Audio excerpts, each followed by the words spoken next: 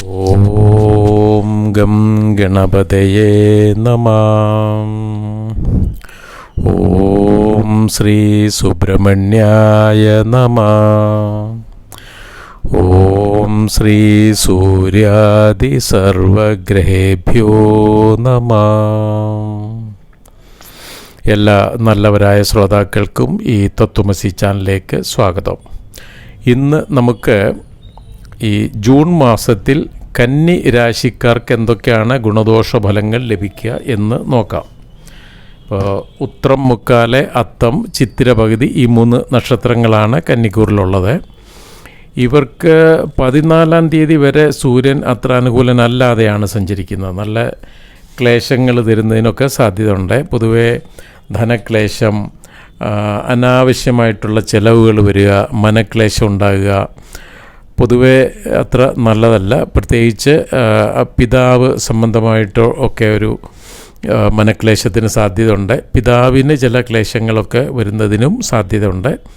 അപ്പോൾ ചില ഭാഗ്യക്കുറവുകൾക്കൊരു ചെറിയ സാധ്യത ഉണ്ട്.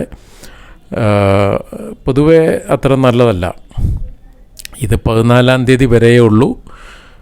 അപ്പോൾ മഹാദേവന് ധാര, കൂളമാല തുടങ്ങിയ വഴിപാടുകളൊക്കെ ചെയ്യുക. ഓം നമഃശിവായ ജപിക്കുക. രാവിലെയും വൈകിട്ടും ഒരു 108 പ്രാവശ്യമെങ്കിലും ജപിക്കുന്നത് നല്ലതാണ്. പിന്നെ ഭാഗ്യസൂക്ത പുഷ്പാഞ്ജലി നല്ലതാണ്.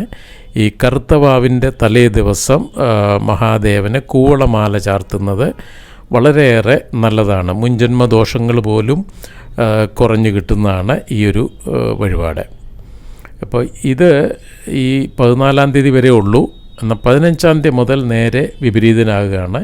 വളരെ നല്ല ഫലങ്ങളൊക്കെ തന്നെ തരുന്നതാണ്. ധനലാഭം ഉണ്ടാകുക, ആരോഗ്യം അനുകൂലമായി വരിക, ബന്ധുസമാഗം ഉണ്ടാകുക, സർവാഭിഷ്ട ലാഭം, ഉദ്ദേശിക്കുന്ന കാര്യങ്ങളൊക്കെ സാധിച്ചു കിട്ടുക, അധികാരികൾ മൂലമായിട്ട് പല നേട്ടങ്ങളോ ഒക്കെ ഉണ്ടാകുക, പല സന്തോഷപ്രദമായിട്ടുള്ള ഒരു ഡീലിങ്ങിന് സാധ്യതയുണ്ട് തുടങ്ങിയ വളരെ നല്ല ഫലങ്ങൾ ലഭിക്കുന്നതാണ്. ജോലിക്കൊക്കെ ശ്രമിക്കുന്നവർക്ക് അതിന് ഒരു സാധ്യതയുണ്ട്. പുതിയ ജോലി കിട്ടാൻ, ജോലി മാറ്റത്തിന്, ഉള്ള സ്ഥലത്തായാലും ജോലിയായാലും അവിടെയും ഒരു ഉയർച്ചയോ ഒരു നേട്ടങ്ങളോ സ്ഥാനമാനങ്ങളൊക്കെ ലഭിക്കലോ ഒക്കെ നല്ല സാധ്യതയുള്ള സമയമാണ്. പിന്നെ കുജൻ 6-ാം തീയതി വരെ അനുകൂലനാണ്. ആരോഗ്യം, ധനധാന്യ വസ്ത്രാദിലാഭം, കാര്യവിജയം, ഭൂമിയൊക്കെ വാങ്ങുന്നതിനൊരു തുടക്കം കുറിക്കുന്നതിന് സാധ്യതയുണ്ട് തുടങ്ങിയ വളരെ നല്ല ഫലങ്ങളൊക്കെ തന്നെ തരുന്നതാണ്. എല്ലായിടത്തും ഒരു വിജയം, ധൈര്യം ഇതൊക്കെ ഉണ്ടാകുന്നതിന് സാധ്യതയുള്ളതാണ്. എന്നാൽ 6-ാം തീയതി മുതൽ അത്ര അനുകൂലനല്ലാതെയാണ്. നല്ല ധനക്ലേശത്തിന് സാധ്യതയുണ്ട്. ചെലവുകൾ, മനക്ലേശം, അതുപോലെ ദൂരയാത്രയൊക്കെ ചെയ്യേണ്ടി വരിക. പക്ഷേ യാത്രാ സമയത്ത് പല ക്ലേശങ്ങൾക്കും സാധ്യതയുണ്ട്, ശ്രദ്ധിക്കേണ്ടതാണ്. അപ്പോൾ ഈ ചൊവ്വാഴ്ച ദിവസമുള്ള യാത്രകളൊക്കെ ഒഴിവാക്കാൻ പറ്റുന്നതിൽ നല്ലതാണ്. പിന്നെ ബന്ധുക്കളുമായിട്ട് ചില അഭിപ്രായ വ്യത്യാസങ്ങൾ, ബന്ധുവിരോധം തുടങ്ങിയ ദോഷാനുഭവങ്ങൾക്കൊക്കെ സാധ്യത കാണുന്നു. അപ്പോൾ സുബ്രഹ്മണ്യ സ്വാമിക്ക് യഥാശക്തി വഴിപാടുകൾ ചെയ്യുക, ദോഷങ്ങൾ കുറയും. പിന്നെ ബുധൻ 6-ാം തീയതി വരെ അത്ര അനുകൂലനല്ല. കാര്യതടസ്സം, മനക്ലേശം, അപവാദം കേൾക്കേണ്ടി വരിക തുടങ്ങിയ ദോഷാനുഭവങ്ങൾക്കൊക്കെ സാധ്യത കാണുന്നു. അപ്പോൾ എന്നും വിഷ്ണു സഹസ്രനാമം ജപിക്കുന്നത് നല്ലതാണ്, ദോഷങ്ങൾ കുറയും. പക്ഷേ ഇത് 6-ാം തീയതി വരെ ഉള്ളൂ ഈ ദോഷമുള്ളത്. 6 ദിവസം വരത്തേക്കേ ഉള്ളൂ ജൂണിൽ. പിന്നെ അത് കഴിഞ്ഞാൽ വളരെ അനുകൂലനായിട്ടാണ്. വളരെ നല്ല ഫലങ്ങളൊക്കെ തന്നെ തരുന്നതാണ്. ധനനേട്ടം ഉണ്ടാകുക, പിന്നെ ഉദ്ദേശിക്കുന്ന കാര്യങ്ങളൊക്കെ സാധിച്ചു കിട്ടുക, വളരെ നല്ല ഫലങ്ങൾ തരുന്നതാണ്. മനസമാധാനം ഉണ്ടാകുക.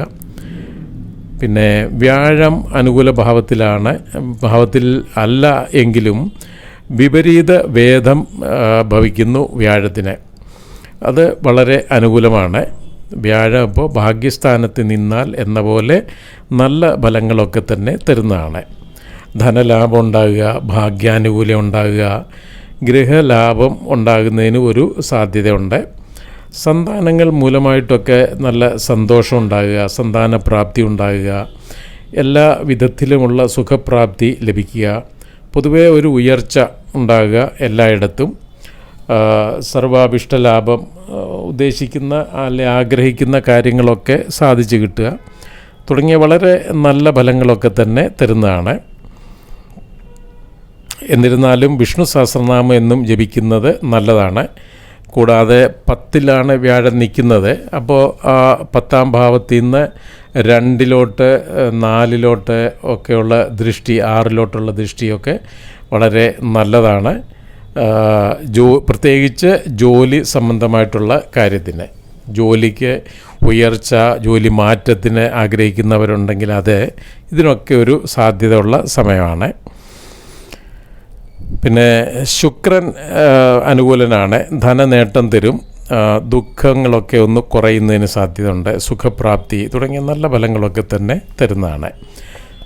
പിന്നെ ശനി കണ്ടകശനിയായിട്ട് തുടരുന്നു. മനക്ലേശം, ധനക്ലേശം, പത്നിക്ക് ക്ലേശം, ഭാര്യ സംബന്ധമായിട്ടുള്ള ക്ലേശങ്ങൾക്ക് സാധ്യത തുടങ്ങിയ ദോഷാനുഭവങ്ങൾക്കൊക്കെ ഒരു സാധ്യത കാണുന്നു. അപ്പോൾ അയ്യപ്പസ്വാമിക്ക് നീരാഞ്ജനമോ എള്ളുകിഴിയോ ഒക്കെ വഴിപാട് ചെയ്യുക, എള്ളു പായസം വഴിപാട് ചെയ്യുക. ഹനുമാൻ സ്വാമിക്ക് വെറ്റിലമാല ചാർത്തുന്നത് നല്ലതാണ്. ഹനുമാൻ ചാലിസ ജപിക്കുക. ഇങ്ങനെയൊക്കെ ആയിക്കഴിഞ്ഞു കഴിഞ്ഞാൽ ശനിയാഴ്ച ദിവസം പൊതുവേ ഒന്ന് ശ്രദ്ധിക്കുന്നത് നല്ലതാണ്. അപ്പോൾ ഈ വഴിപാടുകളൊക്കെ ചെയ്തു കഴിഞ്ഞാൽ ഒരു ദോഷത്തിന് കുറവുണ്ടാവും. പാവങ്ങളായിട്ടുള്ള 1-2 പേർക്ക് ഒരു ആഹാരം ശരിയാക്കി കൊടുക്കുന്നത് തന്നെ വളരെ നല്ലതാണ്. ഈ ദോഷങ്ങൾക്കൊക്കെ ഒരു പരിഹാരമാണത്. ഒന്ന് ശ്രമിച്ചു നോക്കാം. പിന്നെ രാഹു വളരെ അനുകൂല ഭാവത്തിലാണ് നിൽക്കുന്നത്. നല്ല കാര്യങ്ങൾ, ശത്രു നാശം ഉണ്ടാകുക, ധനനേട്ടം ഉണ്ടാകുക, നിത്യത്തൊഴിലൊക്കെ ഉയർച്ച ഉണ്ടാകുക, നല്ല ഫലങ്ങളൊക്കെ തന്നെ തരുന്നതാണ്.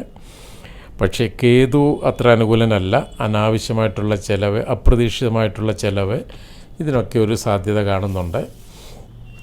അപ്പോൾ ഗണപതി പ്രീതി വരുത്തുക, ഗണപതി മന്ത്രം ജപിക്കുക, ഓം ഗം ഗണപതി എന്ന മന്ത്രം ജപിക്കുക, ഗണപതിക്കൊരു നാളികേരം ഉടയ്ക്കുക, അല്ലെ ഒരു ഗണപതി ഹോമം പക്കപ്പിറന്നാൾ ചെയ്യും. ഇങ്ങനെയൊക്കെ ആയിക്കഴിഞ്ഞാൽ ഈ കേതുവിൻ്റെ ദോഷം കുറയും. പിന്നെ സർപ്പപൂജ ചെയ്യുന്നതും നല്ലതാണ് അടുത്തുള്ള ക്ഷേത്രത്തിൽ ആയില്യത്തിന്. അപ്പോൾ ഈ കേതുവിൻ്റെ ദോഷം അതും മൂലവും കുറയും. അപ്പോൾ എല്ലാവർക്കും നന്മ ഉണ്ടാകട്ടെ, അതിനായിട്ട് പ്രാർത്ഥിക്കുന്നു. ലോക സമസ്ത സുഖിനോ ഭവന്തു, ശുഭമസ്തു. ഓ